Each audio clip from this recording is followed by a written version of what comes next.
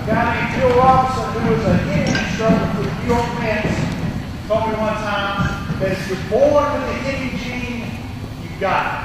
If you weren't born with it, you ain't going to get it. The man that's going to spend the night was born with the hitting gene.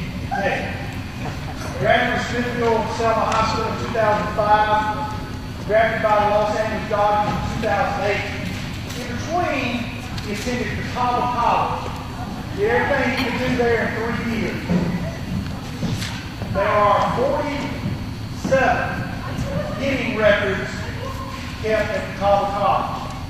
Jerry Sands' name is on 26 of those 47 records, either individual, single season, or career. Career 61 home runs, career 132 base on balls, slugging percentage over 700, and a 3-year batting average of 381.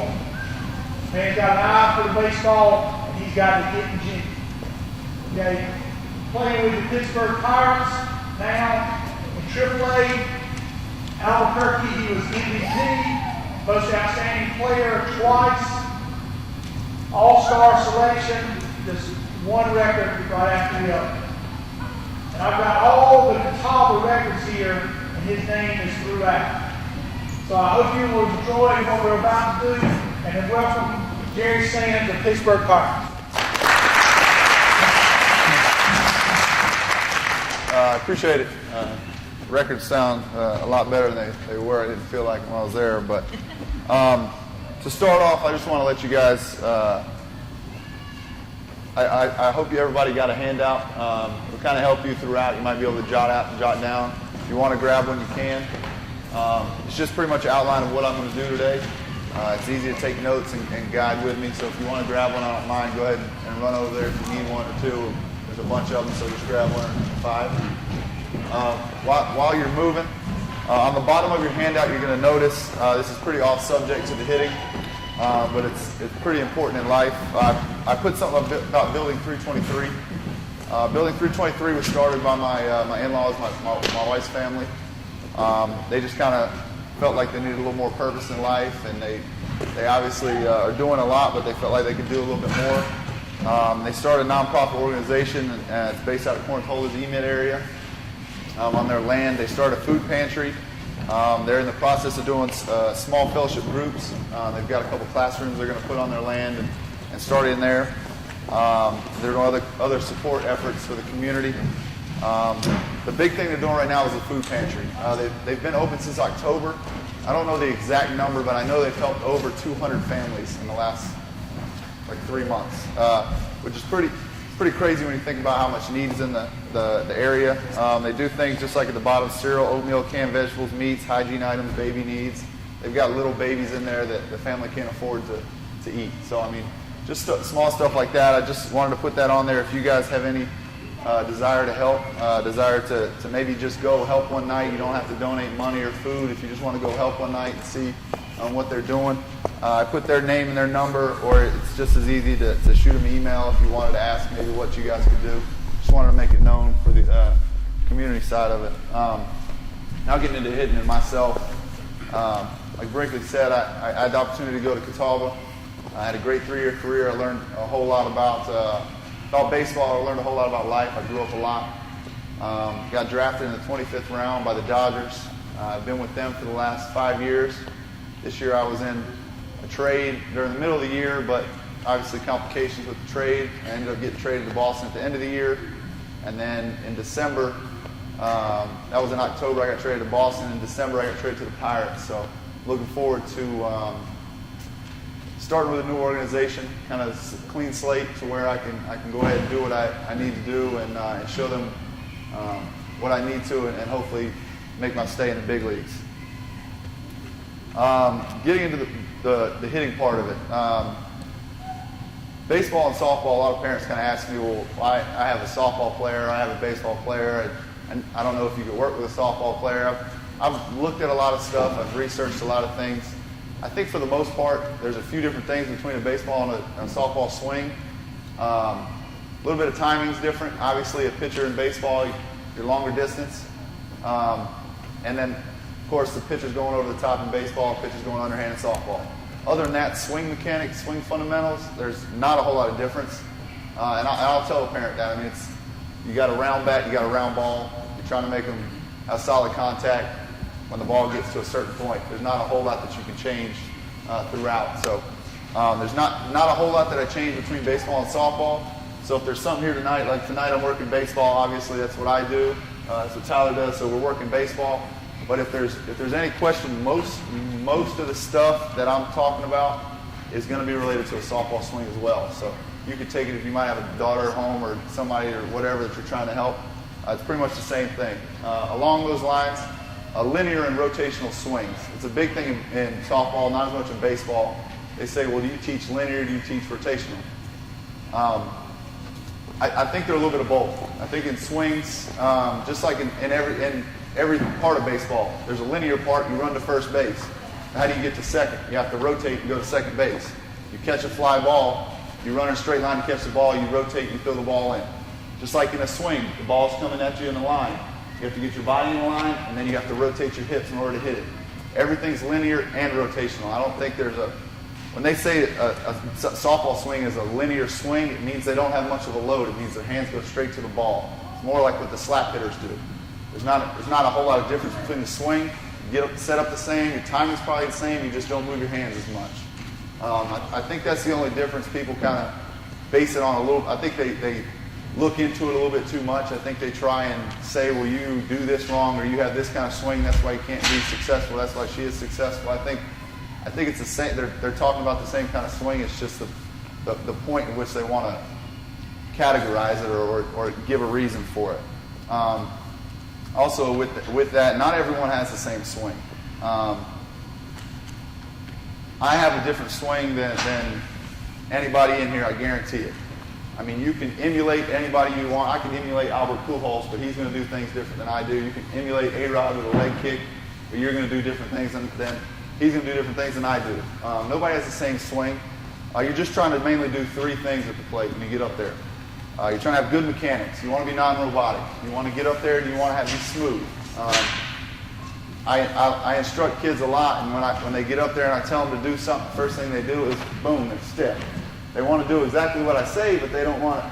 They're going to make sure they get exactly, and they're going to get like this. It's never going to happen. Anything you do, you can't be stiff. You can't be robotic. You can't go through things without having your body move like it should. Second thing you need to do up there is have good pitch recognition. You have the best swing in the world if you want, but if you're swinging balls, you're done. Being able to see the ball, being able to see strikes, it's really important. And then having a good approach. You can go up there. I was talking to a kid the other day in the cage, and I asked him how he did in the game. He said, I struggled a little bit. Well, they kept throwing me away, kept throwing me soft stuff away. I said, what'd you do? He said, well, I was either swinging and missing, or I kept grounding the shortstop. I said, how many times did you do that? He said, 4 times. You go up there 4 straight times and do the same thing 4 straight times, and you're getting out 4 straight times, you might need to refocus, redo something. I mean, if you're up there and you hit 4 line drives, you get 4 hits, you might need to stay with the same thing. So it's just a matter of having a good approach, knowing what you want to do when you get to the plate. Same thing is not everybody's swing the same. Not everybody's drill. One drill might work for me, but it might not work for Tyler. One drill might work for Tyler, but not for you guys or whoever. Drills are used for something that's going either wrong in your swing or something that you like to feel. Just because you see somebody do a drill doesn't mean that your kid is going to have to go on the tee and be able to do it. It's good at a young age to kind of put good things in their head and put good fundamentals in their head, but it also doesn't mean that just because they can't do it, well, we're going to work on that until you get it down. Maybe work on that, kind of get it in their head and move on. Don't bury it in their head where they can't do something. They start changing their swing just to get this thing down, and then they lose another part of their swing that's good. Make sure you kind of keep it open for them. You make sure that not one thing is based on a whole swing. You don't change a whole swing just because it can't hit. Just because he can't hit a down and outside pitch right now, that doesn't mean that you're going to work on that and then he's going to lose the inside half. That's going to make no sense. If he's good inside, then keep working outside, but make sure you still work the ball inside. He's got to work on your weaknesses, but don't lose your strengths. Going into that, work on your weaknesses when you come on the tee and pull the ball really well, then don't let your kid get in there and just hammer a bunch of balls to left field. Don't throw him BP and let him hit 400 balls to left field and doesn't hit a ball to the right of second base. If he can't hit the ball over there, then you make 10 swings out of 20. Okay, we're going to try and go that way. All right, we're going to try and hit the ball to right field. All right, if you try and hit the ball to right field a few times, okay, he might not do it. Okay, these next 10 swings, let's just do a regular. But he's got to work on something in order for him to get the feel. He's got to work on something in order for him to get it down. When you go out to the field, I'm going to talk to the kids and I'm going to talk to the parents. Hitting is very, very, very hard. There's how many people in the world that really, really want to play Major League Baseball and how many people in the world that are not very good hitters. It's a really, really hard thing to do. You've got a baseball that's this size or a softball, and you've got a bat that's that size, and you're trying to make them while they're trying to get you out. It's very, very hard. When you go out to work with your son or you guys go out and work by yourselves, take the positives out of what you're doing. If you go out there every time and you hit a bat, you go out and hit 8 balls good and 2 of them you hit bad, what are you doing? You're yelling at your kid, what are you doing? You just hit 8 out of 10 really good. That's pretty good if you can hit 8 out of 10. So make sure you kind of emphasize the good in what they're doing. If they're struggling one day and they're, obviously if they're not focused, if they're horsing around, that's when we need to get serious. But if they hit a ball bad, or if you guys are out there and you pop a ball up, you know what? Just regroup and don't do it the next time. But you can't keep continuously beating yourself up for something that you're going to do a lot in the game. It's cliche, but 3 out of 10 times is a 300 average. You get to hit 3 out of 10 times. You're going to get out 7 times. That'll make you a Hall of Famer. That's what they say. Obviously, you got to do a little bit more than that. Craig Biggio, obviously, but it's one of those things you're going to get out a lot. It takes. I saw this at a camp the other day. It takes how long for a 90-mile-an-hour fastball to get from the fingertips to the glove? Does anybody know? 4/10. Were you at the camp? Oh, okay. Yeah, I was about to say. That's a pretty good answer. All right. It takes 4/10 of a second to get from the fingertips to the glove. That's on a 90-mile-an-hour fastball. And I'll bet 95% of the pitchers in the big leagues throw harder than 90 miles an hour. 90 miles an hour is like a sinker baller, kind of just decent guy in the big leagues right now. Usually they're 95, running it up there. So you think about 4/10 of a second. Then to get a good solid swing off, they say it takes 2/10 of a second. So you got 2/10 of a second to swing. The other 2/10 of a second that the ball is getting from there to there is you've got to recognize, say if it's a ball or strike, then I want to swing at it. That's pretty hard to do. So take the positives about what you're doing. All right, next thing. I call it the domino effect. When you work on something, make sure you work on the basics and then work your way up. If you don't have the basics down, just like in math, if you don't know how to do addition, obviously you're not going to go into algebra. You got to learn how to do the basics first and work your way up. If you get in the cage and your son's doing really well, man, he's got the best hand position and man, he's got the best eye for the ball and his feet aren't even straight. What does that do? You're working from the ground up and you're working from the basics up. Make sure his feet are straight first. Make sure the simple stuff is done. Then worry about how good he looks or how he's doing this or how he's doing that. Another important thing, obviously when you guys get a little bit older, you'll start worrying about it, but a routine. The key to hitting is consistency. Consistency in what you do, consistency in your swing, having the same swing every time. So routine, it's going to help you get ready for every game, every at-bat, and during practice. I always try and get my hitters to start the other way. It's just a simple routine because is it easier for you to speed up your body or is it easier for you to slow down your body? It's always easier for you to speed up. So if you start pulling the ball really fast, it's going to be harder for you to tell yourself to slow down and hit the ball to right center, to right field. So I always tell my hitters, start to right field, start to right center. Once you get that down and you feel comfortable hitting the ball to right field, then you can start opening it up and work yourself to center, work yourself to left, and then wherever you want to hit it, wherever the ball's pitched. But if you don't start over there, it's going to be hard to slow yourself down. Creating good habits while you're either practicing or working on whatever you're doing. Another cliche, perfect practice makes perfect. If you're not doing it right while you're practicing, you're just going to create bad habits. Another important thing, you see the younger guys, or you see even older guys, they're on deck and they're swinging and they're waving to their little lady friends and they're doing whatever they want. Hey, hey mom, you know what I mean? Can I get a candy bar? And the whole point of an on-deck circle is to get yourself warm and to see what you're getting ready to face. Pitcher's out there and he's dealing, he's throwing curveballs. You see the guy might not be able to control his curveball.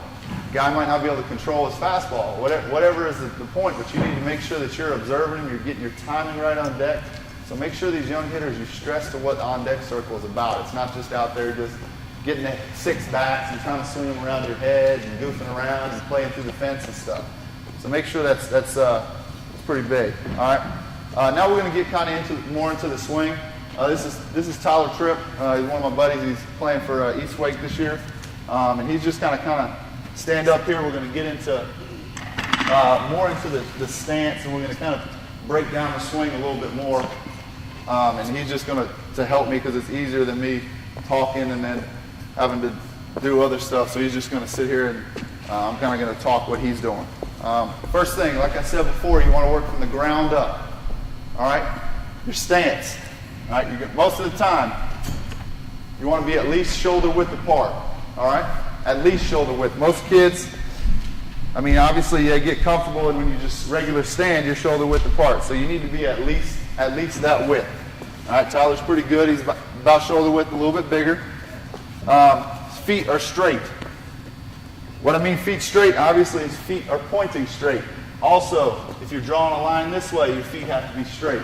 All right, some kids like the open stance. Some kids, when you're younger, obviously an open stance looks pretty cool. It might be, you know what I mean, somebody does it in the big leagues or something like that. So, but for the most part, if you teach it, just teach feet in a straight line. It's a basic way to do it. It's a basic way to teach it. If they can't do it with their feet straight, then obviously something's probably going wrong. All right. Now we get the feet straight. We're working up. The knees are gonna have a little bend in them. I try and compare it to other sports. I played football growing up. If I was gonna try and run after somebody or make a tackle, I wouldn't have my knees straight out. Knees need to be a little bent. You need to be in an athletic position so you can move. All right. You don't want to have your knees bent and then the ball be coming at you, and then you have to worry about how you're going to swing. You need to be knees bent, athletic position. All right. And with this, your whole body's going to be balanced. You see kids at a young age and they're kind of like this. They're not really sure what they're doing. They're on their heels. Weight needs to be in the middle. When your knees are bent, you're going to be nice and balanced. All right. You need to be able to do everything from here. You need to be able to get in a good position. You need to be ready to hit, or you need to be ready to take a ball. All right.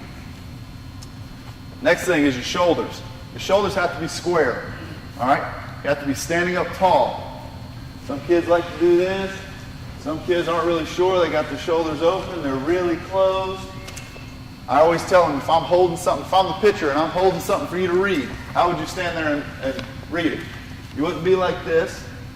You wouldn't be open like this. You wouldn't be closed like this. Just nice and simple. Have your shoulders square. Have your head on the pitcher. All right? Next thing is your hands. All right? A lot of people, they talk about the knuckles or whatever, your knocking knuckles. It's really tough to have your knocking knuckles dead straight. Most of the time, if you've got them somewhere in that area, it's pretty good. The whole purpose of this is when you hit, you want to be palm up, palm down. All right? It's the most powerful position you can be. If you're like this, the first thing you want, your hands are going to want to do is roll. All right? You want to be in that position where you get palm up, palm down, and you can get your bat as far through the zone as you can. All right? Your hands. A lot of kids like to have their hands in a comfortable position, and it's kind of right here. They might rest on their shoulder or down here. I always tell them a good place to think about is their chin. They don't need to have them anywhere lower than their chin. All right, once it gets lower than your chin, they start getting down here. They start creeping down. This elbow starts getting up. They get that little, they call it the plunger effect, where they're plunging down here. Have metric at least as high as your chin. All right, your grip needs to be loose. So your hands, a muscle works a lot better if it's loose. Anything you want to do, if you tighten up, you're not going to be able to move as fast. So your hands need to be loose. All right. Also, the bat does not need to be deep in your hands. I saw this. He saw it at the camp the other day. I need everybody to put one finger up. All right. Open your other hand. All right. Put your finger in your palm of your hand. Squeeze your hand. Now pull it out. All right. Do it again. Now put it right where your fingers connect to your hand. Now close it. Now pull it out. It's a little bit tougher, isn't it? If you pull it tight, it's a little bit tougher. That's the whole purpose. When it gets down here, your hand doesn't have quite the muscles that it does out by the fingers. That's a purpose. I've never really had anybody show me why you hold. They've always said just hold it out in your fingers. That's where you need to be. Hold it out in your fingers. Okay, I don't really know why, but I'll hold it out there. They try and say it does something with the bat, but I mean, I can get the bat out there deep in your hand, but your hands are a little stronger out there in your fingers. So try and get the bat not as deep in your hands. Obviously, if they're a little bit smaller, the hands aren't going to be as big. So just pretty much grab the bat as good as you can, but when they get a little bit older, try and get it out in those fingertips. All right. Once you have your stance down, you're going to worry when you get into the box. All right. A kid gets in the box most of the time. You're going to step into the box. All right. You're going to be mechanical right when you step in the box. Most of the time when you start learning, it's not going to be, I don't have to think about, when I get in there, I don't have to think about are my feet straight, my knees bent, this and this. But when they're young, a little bit younger, and you might be teaching them something, or they might be going to lessons, or they might be doing this, you guys are working on something, they're going to have something. I've changed my swing about 5 times in the last 3 years. It would be a straight lie for me not to tell you that I don't get in the box sometimes and think about something. They say, oh, clear your mind.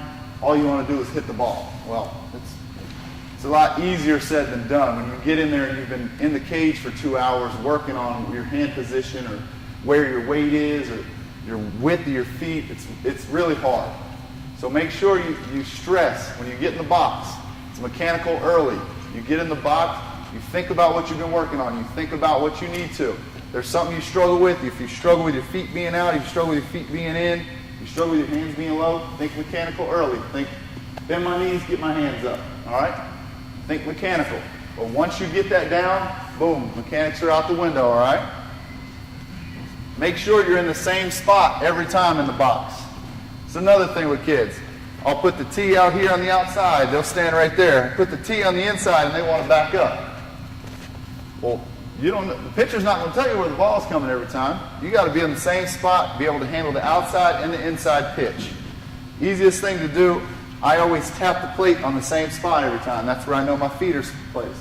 They need to be able to get in the box, maybe tap the plate on the back, tap the plate in the middle, do something to know that you're in the same place so that when you get this pitch right here and you know how to hit that pitch, it's not looking like it's here because you're backed up out of the plate, or it's not looking over here because you're inside of the plate. Make sure you're in the same spot every time you get in there. I brought all these notes so I make sure I got you guys got what I needed to say in. All right, you get in the box. Next thing is you're in your stance. Your mechanics are out the window. Your head's on the pitcher. All right? I always tell my guys, have one good thought.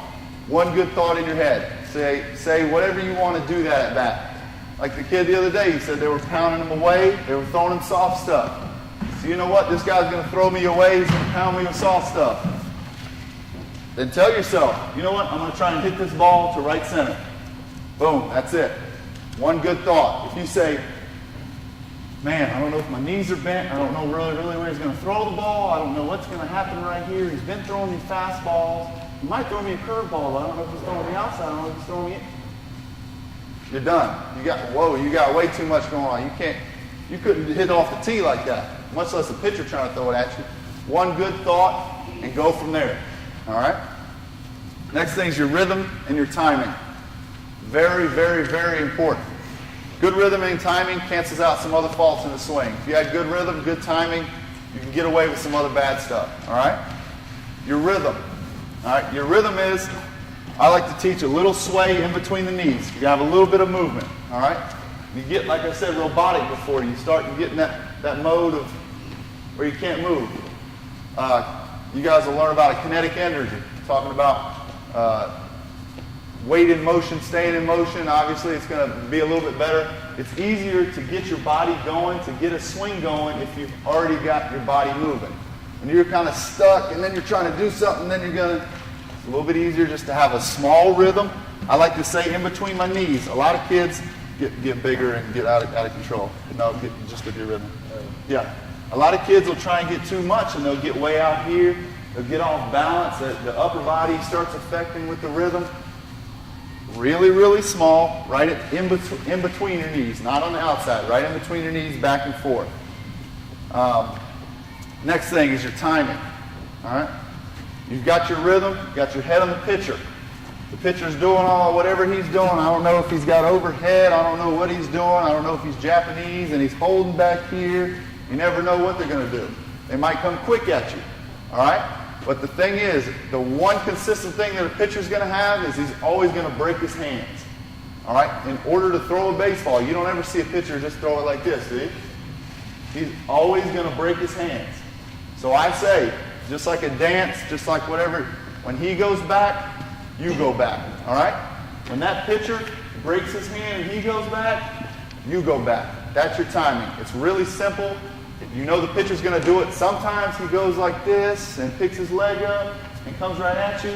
Sometimes some of the guys don't pick their leg up. It's all a matter of timing. That's all the pitcher's trying to do, is trying to throw your timing off. All right? When they get a little bit older, they get in the stretch holding guys on. Sometimes they're going to go here. Sometimes they slide step. You don't know what's happening. Make sure it's consistent. When he goes back, he breaks those hands, you start going back. All right? Next thing is your stride, all right? Like I said before, the building blocks. Everything we've already learned. Your stance, your feet, your knees, all the way up your shoulders, your head's on the pitcher, all right? You got your rhythm. Everything has to be in order for you to get to this point. If your feet are crooked and you're looking over here and you can't really see the pitcher, then your time and your rhythm don't really matter. All right? Next thing is your stride. Your stride is going to have to deal with your front foot. All right? There's four S's in a stride: short, soft, straight, and slow. All right? What I mean by those, you want a short stride, all right? Do a long stride. He's got a long stride. Look where he ends up. Does he look very balanced? He's not very balanced. He's out here, he's not really sure, much less if he can hit the fastball. If they throw him something off speed, he's done. All right? So now have a nice little short stride. Boom, short stride. He's still, hold that position. He's still nice and balanced. His weight's on his back. Everything's balanced. He can do whatever he wants from there. He can swing, he can take a pitch. All right? Soft. You see a guy that his front foot's coming down hard. That means he's coming down, he's got a hard stride. It's got to be soft and under control. All right? Straight. Cross your foot over like you're stepping in. If he strides and steps in there, all right, it's the same thing as lining your feet up, just like that. You think you can get to that inside pitch? It's going to tear him up, tear him up. He's going to probably roll over everything because he's getting here, and then he's got to get his hands back in that linear form, all right? Slow, all right? It's got to be nice and slow, all right? A pitcher coming up, and he goes like this, and he throws you that 90-mile-an-hour fastball in that 0.4 of a second. If your stride is like this, you think it's going to be harder or tougher for you to see the ball.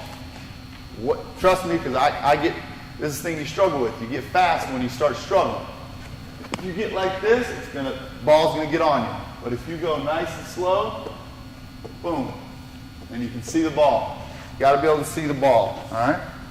Next thing is your separation. Yep, it's all about your hands, all right? Same thing. We're still building. Now we're building off the stride. Everything's the same, all right? Your separation. It's called walking away from your hands, whatever you want to call it. Your hands counterbalance the stride. If you stride and your hands don't go anywhere, then your body's going to go with your stride. If you stride and your hands go back, it counterbalances you right in the middle, so you're nice and balanced. All right? It's easy. It's kind of an analogy thing I tell kids. You want to pretend there's a rubber band on the end of your back connected to your front big toe. All right? Stretch that thing out. When you stride there, these go back. You want to have that rubber band. All right? Bow and arrow, whatever you want to call it. Bow and arrow, rubber band, it's pretty much the same thing. All right? You get to that back cocked stage. Boom, right there. Another thing, you don't want to, when you come back, you don't want your hands to drop. You've already started them at your chin. You don't want them to drop. You want to have them back. If anything, you want to have them a little higher than they were before. They want to be cocked in this position. A lot of kids like here. A lot of kids like it way or behind their head or whatever. It needs to be straight up and down. If not, have a little cocked that way. All right? From here, also when he gets back, they're cocked and they're ready to go. They're not moving like this, right? Because what's going to happen before he swings? They're going to have to load back up, and then he's going to have to go. It's going to be like 2 loads, all right? That's when people talk about a long swing. That's what happens. When they get back, boom, they get to this position, and then they do something back here, and they go. That's a long swing. It doesn't matter how far you get back here. Your hands go from this position to the ball. That's short. Doesn't matter how you start. If you start, remember Julio Franco, he had his bat all the way over like this.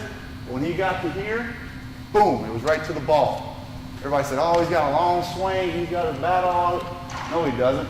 When he gets to here, that's the point in which a long swing happens. Boom, goes right to it. All right? Let's see here. Next thing is your bat path. All right? Working right off your stride, right off your separation. All right? What we're not going to work here is a circle. A lot of kids think, boom, I'm swinging, so I'm going to work in this circular path. Work right here. Yeah, I'm going to come back, and then I'm going to swing right in the circular path. Oh, another example a guy told me the other day, figure skaters. A figure skater goes, how do they get going fast? Do they put their arms out or they pull them in? They pull them in, right? Because you're quicker with your body, with your arms closer to your body. If you're holding a 50-pound weight, you think you can hold her longer straight out or like this? Inside.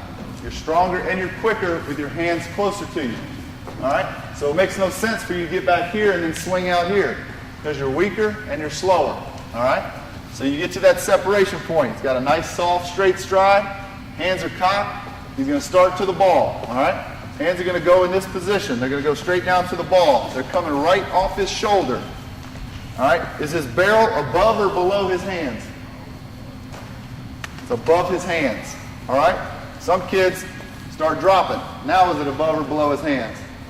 Below. This is going to lead to pop-ups. It's going to lead to a lot of messy stuff. All right? And you come off, straight down, straight off the shoulder. All right? You're not going to, they call it casting your arms. From here, you're not going to get outside. You want to keep this elbow and this elbow is going to have a little bend in them. I call it bend to extend because they're bending and then they're extending. All right? Bending through here, extending. All right? It's not outside. You stay close. Try and stay as close to your body as you can. All right? Next thing is, and by the way, if you got any questions, has anybody got any questions yet?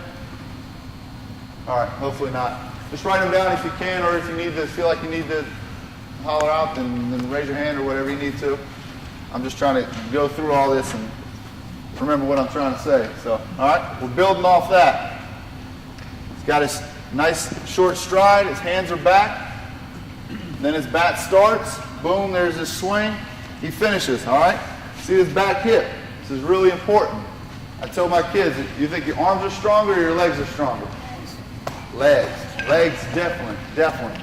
So you need to make sure you use this. A lot of kids, they'll swing. They don't ever turn this. Don't ever turn it.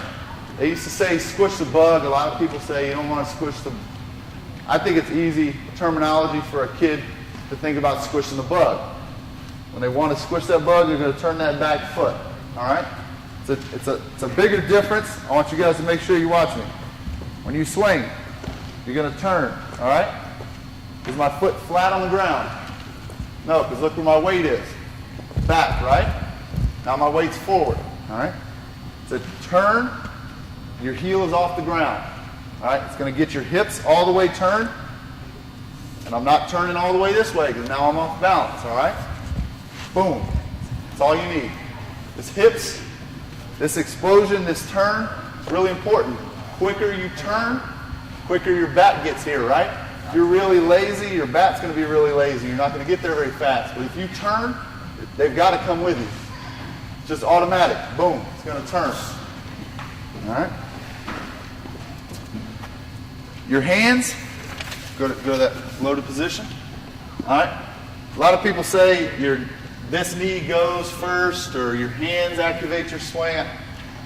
It matters who you talk to. I don't know what's the first thing that goes. I think it's your back elbow initiates your swing, but a lot of people say it's your back knee. So it's pretty much up in the air what people think initiates your swing. But I just tell people to try and initiate your hands and your back hip going at the same time.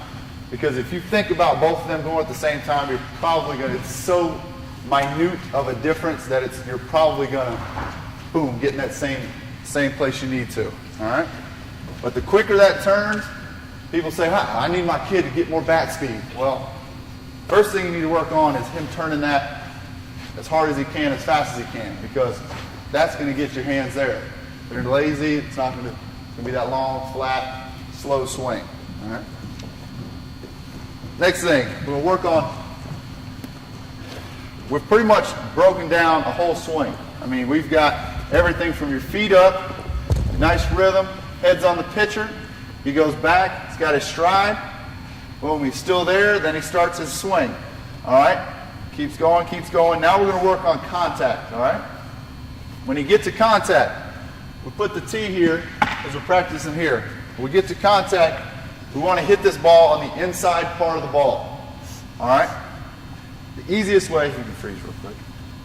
Easiest way I do it, everybody, you hit a baseball. Baseball's coming at you. Most times if they throw you a four seam, it's going to be turning this way. All right? You want to hit the inside of the baseball. So what I do to practice that, I know that the ball's not going to be coming at me like this. What I do to practice that is I always turn the ball like this. So I have a seam on the inside and a seam on the outside. And I always work on hitting the inside seam. All right? Some people turn it like this and say hit the meat of the ball. It's whatever you want to do. I think that kind of gets a little, I don't know, there's a lot of space to miss. I just say hit the inside seam of the ball. I always put it like that, and that's where you know to aim. Just like if you're shooting at a target, if you're target shooting, you don't say, you know what, I'm just going to try and shoot the target. No, you say, I'm going to try and shoot the bullseye. If it gets the target, then I know I'm somewhere around there. So when you're hitting this baseball, you don't want to say, I just want to hit the baseball. You know what? Because you could hit it over here, over here, over here, over here. If you say, I want to hit right there on the baseball, you got a lot of room to mess up. All right? So I say, like, aim small, miss. I think it's in The Patriot, good Mel Gibson movie. Aim small, miss small. I know I've seen that before, but that's pretty much how I say it. So I put it on the tee every time I hit it. Most of the kids put the ball on the tee just like that. It makes them stay inside the ball. It makes them hit that inside seam. Hitting the inside part of the ball. Why it's so important. Work like you're going to go around the ball. He's got his same swing. He's going. Boom, his hands get around the ball. He's approaching the ball on the outside seam. This way, all right? When he approaches the ball on the outside, his hands are going around. Everything's going around. He's going to top that ball. He's probably going to pull it, all right? This ball's on the outside part of the plate. We want to stay on the inside so that he can hit the ball the other way, stay inside, and that's a much more powerful position right there when your hands are through and your hands have not even let your wrist go yet, all right? This also creates backspin and it gets you those home runs. Kids think they got to swing up to hit a ball the farthest. No, you swing down and that creates backspin, all right?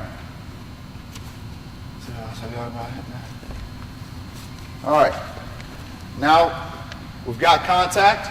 You got your same thing. You got a little bit of rhythm. Your head's on the pitcher. He's going back. Good. Now he goes through. Inside of the ball. Boom. He hits it. Now we're going to work on finish. All right. Just hold it right there if you can. All right. Finish. Your knee finishes bent. You've squished the bug, right? He's here. That's going to bend that knee. If he finishes back, his leg's probably going to straighten. He can't even do it because he'd be off balance. He needs to be with that. Squish that bug, his knee's bent, and it lines up with everything. Head, upper body, all the way down. It should be one straight line. All right? Your foot straight, turn straight up on the toe. You got a firm front leg right here. If he bends his leg, look where his weight goes. Look where everything goes. It goes forward. All right? If you're hitting that fastball, you want to hit it here, you don't want to hit it here, because that's that much more distance that 90-mile-an-hour fastball looks like 94 now. Now it looks like 90, all right? You want to get as much distance in between them as you can, all right? Firm front leg. It's finished. I like the bat off the shoulder somewhere. Sometimes they finish too high. That most of the time means there's going to be a loop. Sometimes they finish too low, which means they got that circular motion. If you're off your shoulder, that means you had a little downward plane and you finish a little high. It's right there. All right? Once again, is he falling over? Is he falling off balance? No. I know you guys watch the big leagues. When you see a guy in the big leagues, you see Albert Pujols, how many times do you see him swing and go like this? Not many. He does it a few times. But for the most part, he takes a swing, boom. He's right there. All right? Finishes nice and balanced. Consistency, like I said earlier. Consistency is the biggest thing in a swing. If you're off balance to start, you swing and you're off balance at the end, what can you tell yourself about your swing? Anything? I don't know what I did in the middle. I don't know how I messed up because I fell off balance. I don't really know. All right? If you're a nice balance, you take that swing, boom. You finish balanced. You know what? I missed that ball, but I think I might have just got a little under it. If he throws that next time, I can hit that one. There it goes again. Boom. I'm not going to be under that one that time. You've got to be balanced in order to know what your whole body is doing. All right? If everything's going everywhere, you're never going to know what your body's doing. All right. That's the basics of a swing. Anybody got any questions about setup, separation, anything? Nothing? Good. All right. I don't know if we're nervous to ask or I covered everything. Maybe both. I don't know. All right. Next thing is we're going to go into drills. All right. I just figured if I went over all this swing stuff, I figured I could help you guys into knowing what maybe to look for and then how to fix some things. All right. Like I said earlier, not every drill works for every kid. You want a purpose of a swing of a drill is to feel and understand what a kid is doing, why he's maybe messing up, what he needs to do to fix it. It's not always just you know what, we're just going to do drills today just to do them. No, there's a reason that you need to do a drill. How many people in here have a tee? How many kids have a tee? Everybody? Good, good. I would highly, highly stress, if you don't have a tee, get a tee. It's well worth it. This is called a Tanner tee. All right, you can look at them on the internet. Tanner tee, T-A-N-N-E-R-T-E-E. Tanner tee. They're a little more expensive. That might be like $60, but it'll last you a long time. It's probably the best tee I would recommend to anybody. You get the one at Dick's for a little bit cheaper, but it'll blow out in about a week. So I would definitely recommend put a little weight on it like I do. It's not going to go anywhere. It's got the rubber top. Boom, it's money. I mean, it's. I've hit with this thing the last like 3 years. So for me personally, I go into the cage and I hit, in the off season, I hit 90% of my time off the tee. It's just something I do. It's I can tell if my rhythm's off on the tee. I can tell how my swing path is off the tee. I can tell how the ball's flying, if I'm feeling good or not. I can tell pretty much every aspect of my swing off the tee. Because if I can't set this ball right here and not move it and hit it hard most of the time, I know something's going wrong. I'm not going to be able to hit that 95-mile-an-hour fastball right there if I can't hit it when it's not moving, right? So I would definitely, I know kids are at that age, they're like, man, I just got out of T-ball. Kids or coaches are throwing to me, I don't want to hit off the tee. Make sure, if you can't hit off the tee, you can't hit the ball coming at you. So really, really, really practice here. And like I said, make it fun. Tell them, hey, we're going to do 40 swings a day off the tee. If you hit 30 of them right, then we'll do 10 extra throws to you. If you hit 20 of them, then you got 10 push-ups. Something, you know what I mean? You got to make it fun. Obviously, they don't want to do it. They think it's boring. They think it's so. Have a little incentive. Make it a little fun for them. You want to try and move the tee. Like I said, you want to work on your weaknesses. You don't want to leave the tee here every day. Work it on the outside. All right. When it's an outside pitch, you want to move. I'm using this plate just as I would in practice. You want to move the ball back a little bit when it's on the outside. You don't want to hit the ball up here up front, because you're going to be out in front. When it's outside, move it back. Obviously, if it's inside, and this is going to be a little bit different for each kid. Some kids are pull hitters, but you'll find out what your kid is off just how the ball's going off the tee. It's down the middle, somewhere in here, somewhere like that. If it's inside, move the ball up a little bit. Let them pull it. All right, practice different spaces where the pitches are going to be.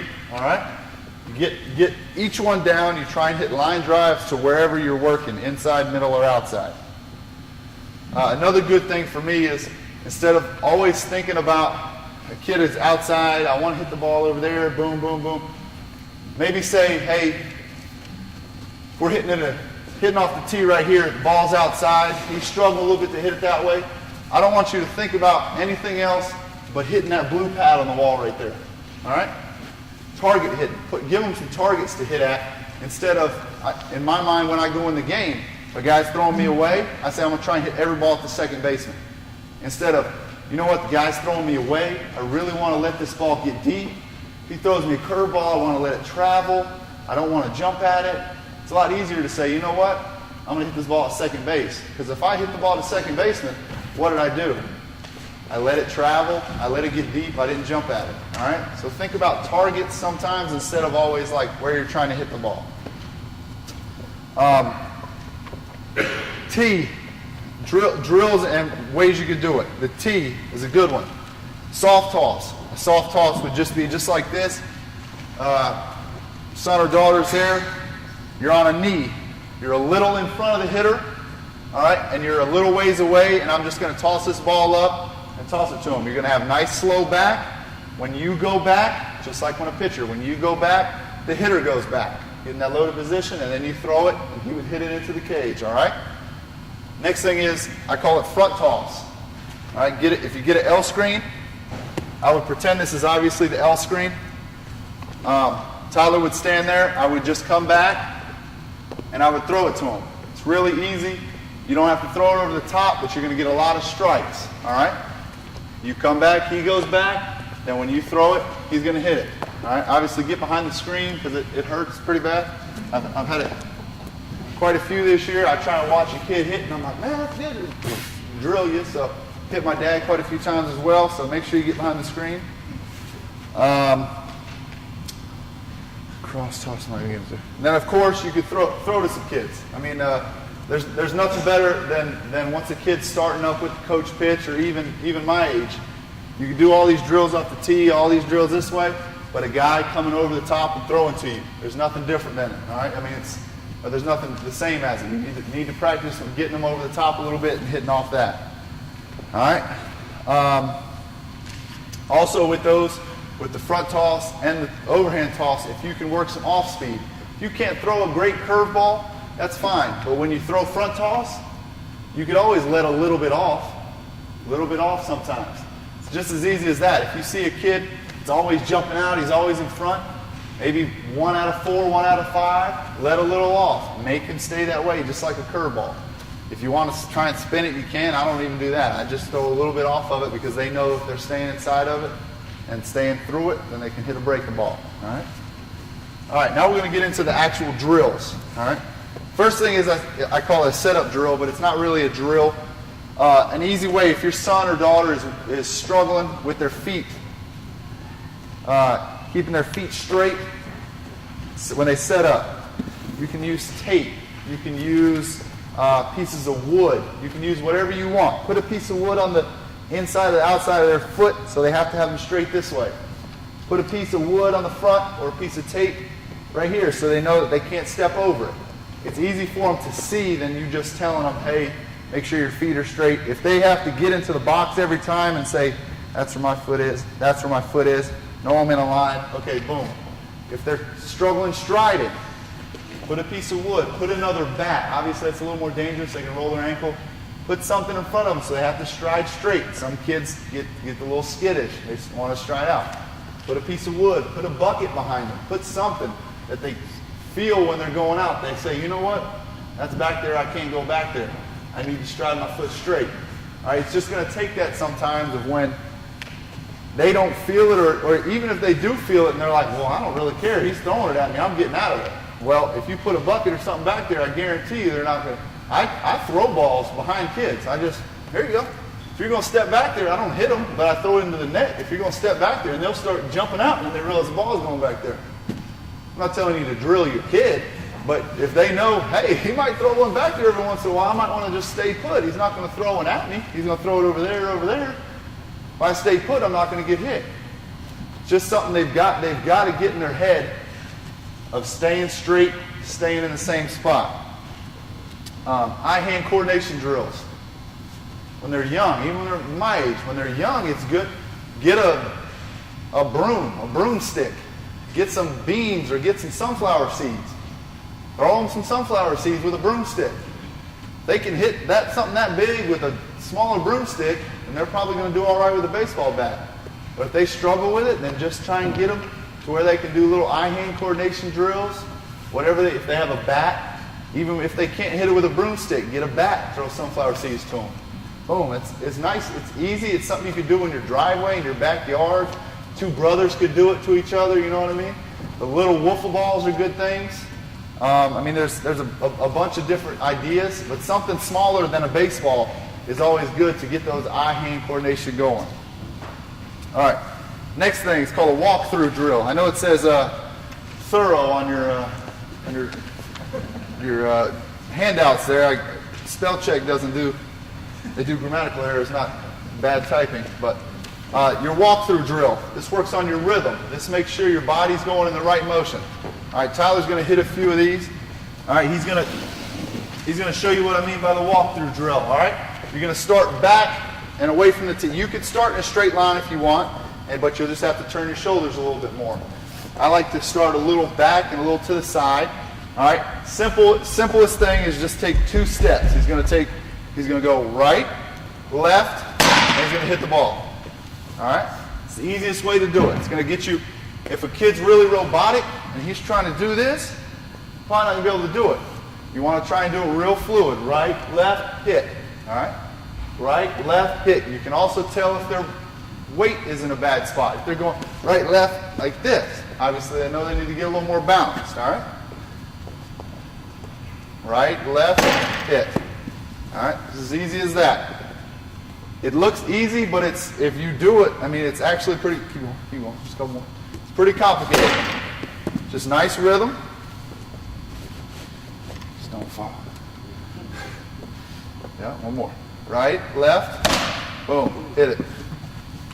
All right, walkthrough drill. Any questions? If you guys got any questions about what it might be working on, what to look for, please speak up.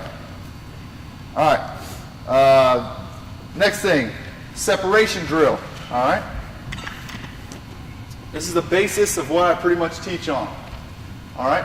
What we're working on is, just like I said before, we're working on the separation.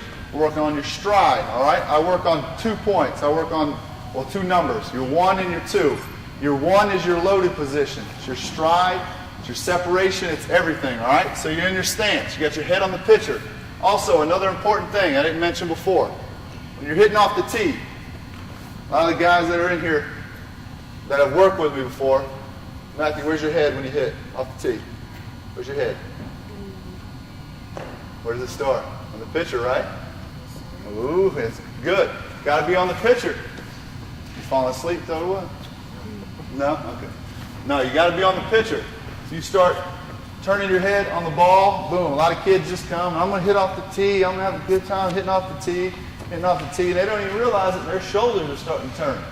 And then I say, all right, where's the pitcher at? And they say, he's over there. All right? So when you get in the game, you're not going to set up like this, are you? You're going to set up like this. So the last 10 swings, I've just been practicing a totally different swing than what I'm going to do in the game because my shoulders are going to start here in the game.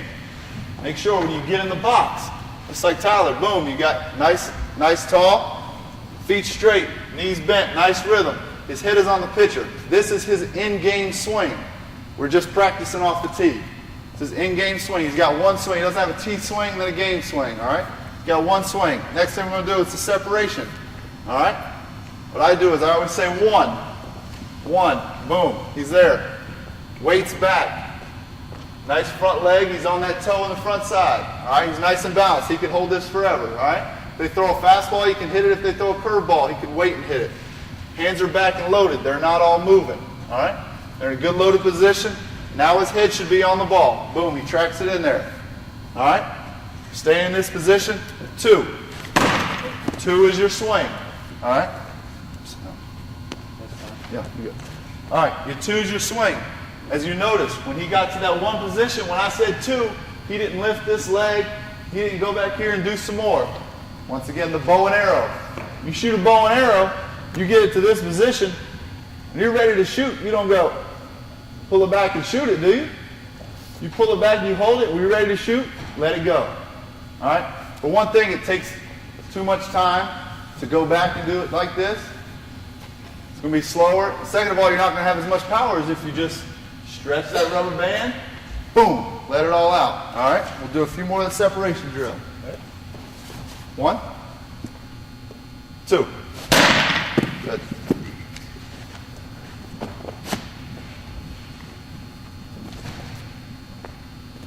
One, 2. Good. All right. Pretty simple and easy, but if they don't have the fundamentals, and they don't have everything lined up, they're not balanced, then it's tough to get to the 1 and it's tough to get to the 2 position. All right. Next thing is a high tee. All right. Boom. And another thing you like about this tee, it'll go as high as you want. You can be 7 foot hit off this tee. All right. High tee drill. You just bring it up to anywhere from your stomach, somewhere up there. All right. This is when kids struggle with that bat. They start dropping that bat, they hit those fly balls. All right. What he's going to do is he's going to work the same thing. You could either work the separation drill, that 1 and 2, or you could just hit regular. Just hit a couple regular. Back. Boom. Right here. He's not trying to hit the ball straight up in the air. He's trying to hit hard line drives, work down to the ball, hit ground balls. All right. Good. Oh. Got me. All right. So is that really to help if they are popping the ball up? If they're popping the ball up and you see them dropping their hands or something, this is great to use. You're working down to the ball. You know if you can hit this ball down and you can hit it on a line drive, you know you're getting above the ball and you're working down. All right. Jerry, Yes, sir. the younger kids, sometimes when you put that tee up high, they can't stride like normal, but if they just do that angle, is Right. that just as good as them going through That- getting the bat in the right direction? Yeah, that'll get it in the right direction. Obviously, you'd like to get them to stride if they can. Sometimes if it's too high, they might, you know what I mean, they might not be able to stride. But you'd like to get them in that full loaded position. But obviously, if they work just their hands down, then it'll get. They have a concern with their hands, and they're just working their hands, and that's okay. All right. Next thing is it's a deep tee. All right. It's going to be tough. It's going to be tough. Tyler's not going to hit like this because it might go over there. But usually an outside pitch, you hit it here. This is called the deep tee. All right. I put it back here, pretty much the inside of his back knee. All right. If Tyler were to hit this, he's just going to go through it. Boom. He'd have to hit from right there. All right. What this is going to cause you to do is going to keep your weight back. All right. If you got a kid that's hitting everything out in front, that's jumping and everything, move the tee back a little bit. It's going to cause him to hit the ball right there. You can't get out in front and then still hit the ball there. All right. So it keeps your weight back, keeps you inside the ball. Boom. Makes you hit it a lot deeper. All right. Next thing is top hand, bottom hand. All right. It's pretty much just like it says. One-handed drills. All right. Kid's struggling with popping the ball up. He's dropping his hands here. One hand. If he can do it with one hand, he should be able to do it with two. All right. Just take the one hand. Do the same thing. You're going to do your same progression through your swing. Nice rhythm. Go back. Boom. And hit. Same thing. All right. Switch hands. All right. There we go. Back. Boom. And hit. One-handed drills. All right.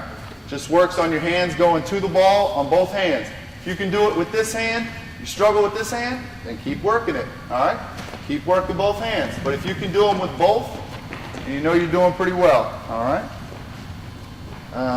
Next is your no stride. All right. Kind of like Mr. Herbert was talking about, it's a no stride. You're not going to move your feet. If you have a kid that's maybe struggling with his hands or something like that, he's not going to move his feet. He's just going to go back. He's going to work on a separation. Go ahead. Boom. He's going to hit. All right. Cancels out the bottom half. Makes them make sure they're staying on top and going through the ball. Good. Just like that. All right. Next is the back hip drill. All right. If your kid's struggling with exploding with this backside, squishing that bug, right? If they're struggling, you just tell them to squish the bug, squish the bug. I don't know if I saw this or what, but I just started doing it this year. It's the easiest thing for me to do myself to think, and I think for a kid to do. Put the bat just like this. You play around and do it like that. You put the bat just behind your back. All right. You're going to do your same swing progression. Still do 1 and 2. All right. Boom, and then go and swing. Good. I don't even care if he hits the ball or not, right? But if he tries to hit this ball, what's his back hip going to have to do? He's going to have to turn all the way around. He's going to have to squish that bug. All right. All right. He's going to go through a swing. 1, 2. Good. He's going to turn all the way around, swing those back hips around, all right? It's just the easiest thing for a kid to think about instead of you just saying squish the bug or turn your hips. If he can do that 5 or 10 times, then he's going to start turning that back hip. Next thing is, I call it the torque drill, all right? He's going to act like he just took a swing. Boom. He's going to get in that finished position. Squish bug, bent knee, straight. All right, then you're going to break down your top half and your lower half. All right, come back. He's going to stay there. All right. The kid's struggling to get to this position. If he likes to either pop up back here, keep a straight leg, or he's turning, put him in this position and let him feel what this feels like. All right. He feels it. The legs are going to burn. It's good for you. All right. Now he's going to split his upper half. He's just going to swing all hands and upper half. Boom. And that's how he needs to finish. All right. They can feel where they need to finish. All right? Back and forth. Just staying in that same position. All right? Next is the knee down drill. All right? Once again, if they're struggling to get in that finished position just like this, if they're hopping up, if they're rolling this over, it's called the knee down drill. All right? You remember? Yeah. No. That's when you swing. You remember? All right. This one, Tyler's going to do the same swing. All right, go all the way through. But when he swings, he's going to drop his knee all the way to the ground. Swing and drop his knee all the way to the ground. All right? It's like an overemphasis of where you want to get to that point. All right? Good. Just like that. He's going to drop that knee down. They do that a few times. This isn't going to feel like anything. Good. All the way down. All right. Next thing for me is if they're struggling to get their weight on their backside, easy thing is everybody pretty much has at least one stair at your house, inside, outside. Have your son or daughter stand on the stair with their back leg and just act like they're loading up, and then I want them to touch the ground gently. All right? It's going to build that back leg. But if they're struggling to get to this position and hold it, they're sometimes in here or sometimes like this. When you stand on that stair, you're not going to go on the outside. You're not going to go on the inside. You're going to have to go straight down and back up. All right? All right, that's working the strength. A lot of times parents say, how can he hit the ball harder? How can he hit the ball farther? How can he do this? Strength-wise, overall strength is definitely going to help. Just being able to get stronger. A little bit of med ball work, maybe getting some core stuff in. Forearms, you can do curls. With the forearm curls, getting your hands and your forearms stronger. Then another thing is, if anybody has if you have a donut that you warm up on deck with, take a few swings, even soft toss off the tee with a donut. Take 10 or 12 swings with a donut. Then swing with a regular bat. The variation of heavier and regular bats is always going to help you. It's always going to increase your strength and increase your bat speed. My next thing is, it's important, I mentioned earlier about approach.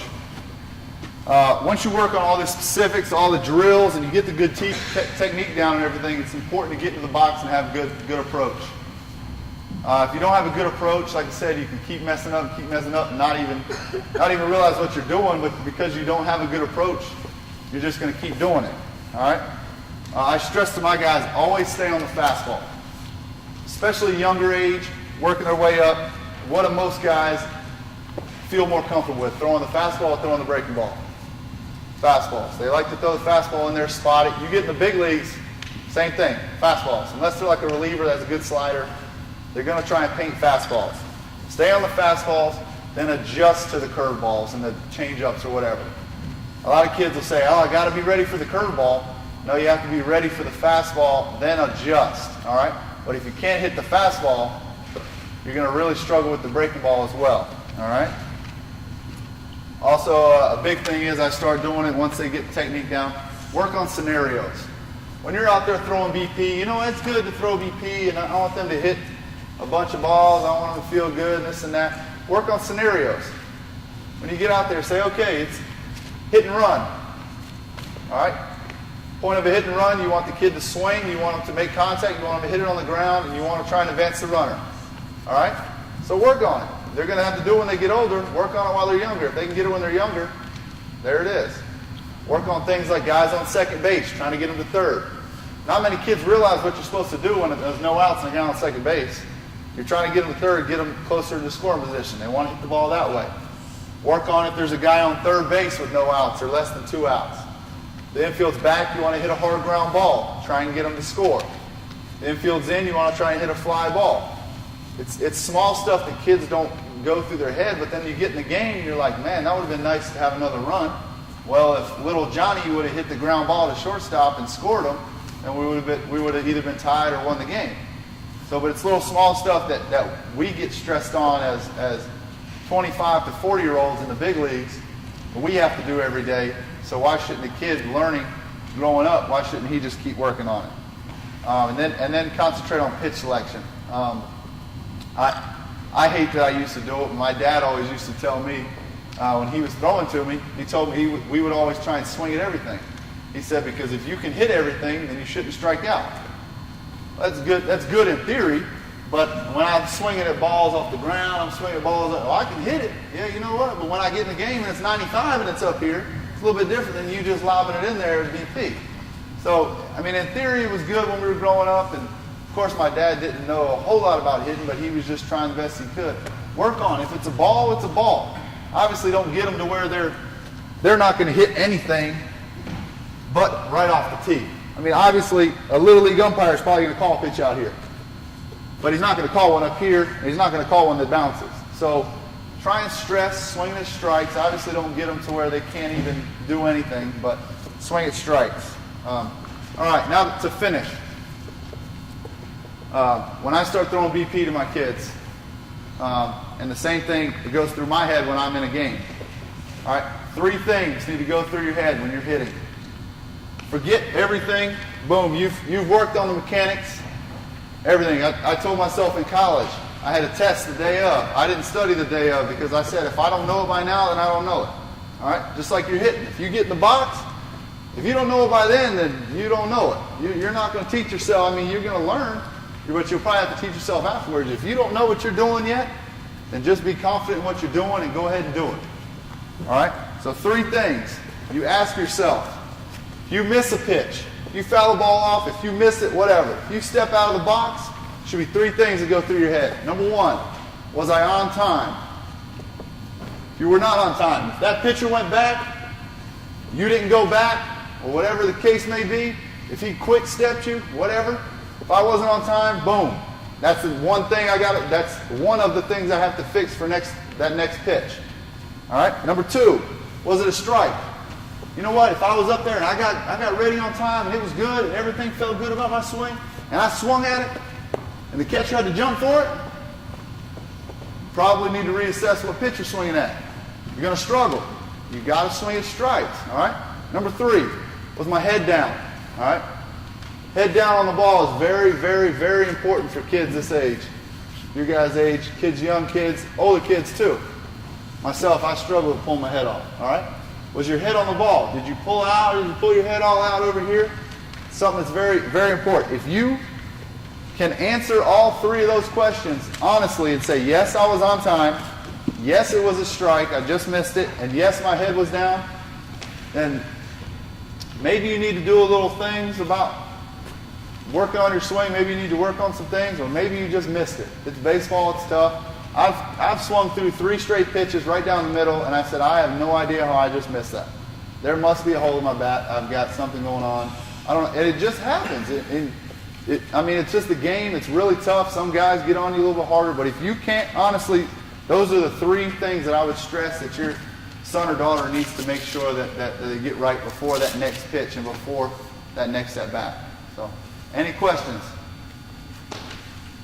Yes, sir. Break and come back. Yes, sir. Yes, sir. I'm done. Break, have yourself a snack if you like, everything across the way.